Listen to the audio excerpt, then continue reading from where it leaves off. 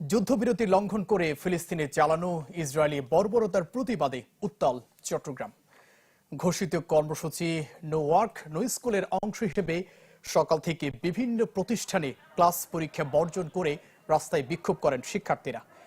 এই কর্মসূচি পালন করেন চট্টগ্রাম মেডিকেল কলেজের শিক্ষক শিক্ষার্থীরা। এছাড়া আগ্রাবাদ কমার্স কলেজের সামনে বিক্ষোভ করেন শিক্ষার্থীরা।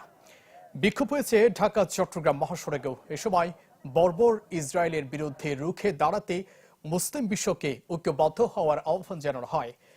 এছাড়া চট্টগ্রাম প্রেস ক্লাবের সামনেও বিভিন্ন সংগঠনের পক্ষ থেকেও নানা কর্মসূচি পালন করা হয়।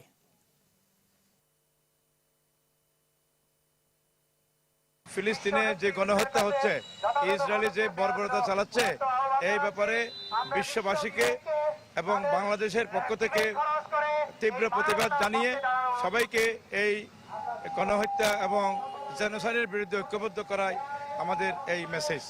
গাজার নারী শিশু যেভাবে নির্বিচারে হত্যা করা হচ্ছে, এই ধরনের গণহত্যা পৃথিবীর ইতিহাসে খুবই বিরল। অনতিবিলম্বে এই গণহত্যা বন্ধ করা হোক।